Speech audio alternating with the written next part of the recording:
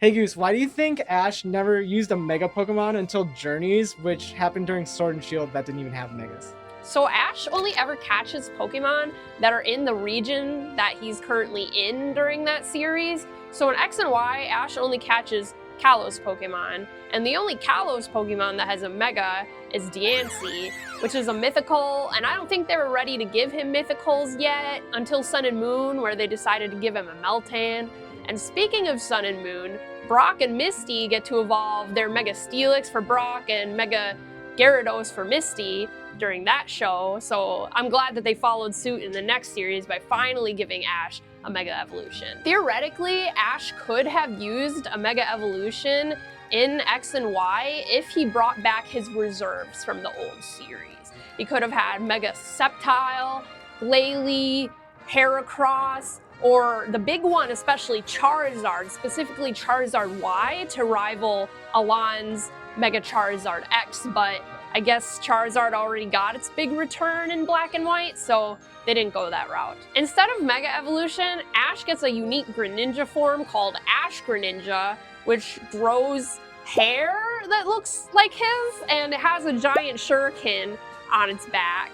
And this is called, according to Clement, it's called Bond Phenomenon, which is not really a phenomenon because no one else is ever seen to have this ability, or no other Pokemon has ever had a human-like form besides Ash's Greninja. But Clement explains this by saying their bond wavelengths like sync up, and then Ash can actually feel the pain of his Greninja when he's battling with it. The games and the anime almost completely retcon Ash Greninja, with Battle Bond just being a boost to attack when you knock out an opponent instead of getting a whole new form because of it. And in the anime, there's actually a flashback to Ash's final match with Alon in the Kalos League, where you see Greninja fighting Mega Charizard X, and during this battle, Greninja was transformed the whole time. Like, Greninja was transformed before Charizard was brought out.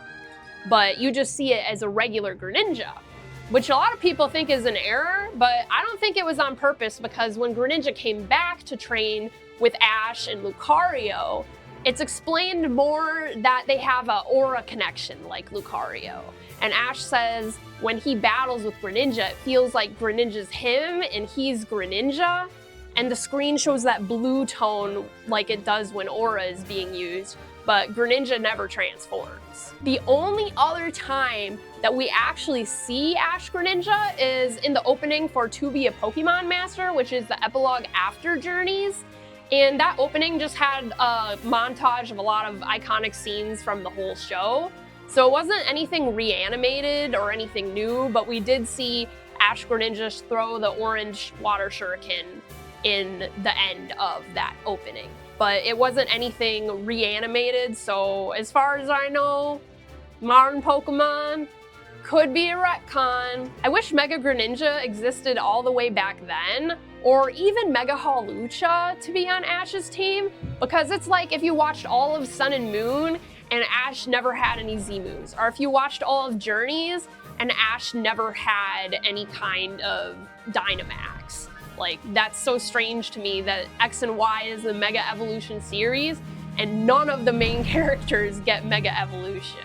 So the Mega that Ash does have is Mega Lucario, which is really unique, you would think, but then they decided to give Roy a shiny Mega Lucario in the next series, which, I don't know, they could have picked any other one, but I guess Mega Lucario is just that awesome.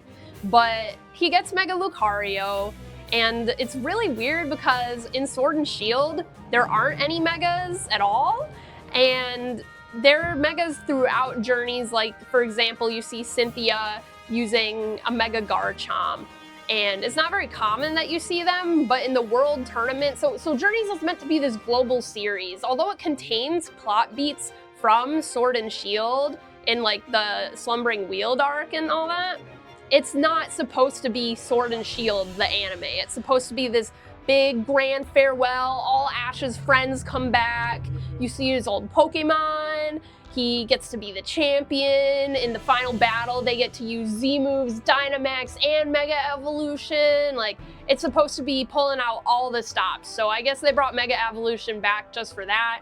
And you know, it's in Pokemon Go, so why not, I guess? Mega Evolution's always going to be relevant, and I think they finally realized that when they decided to bring it back in ZA. This has been Goosaphone coming to you from the Poke Shop in Wauwatosa, Wisconsin. Make sure to subscribe for more Pokemon lore.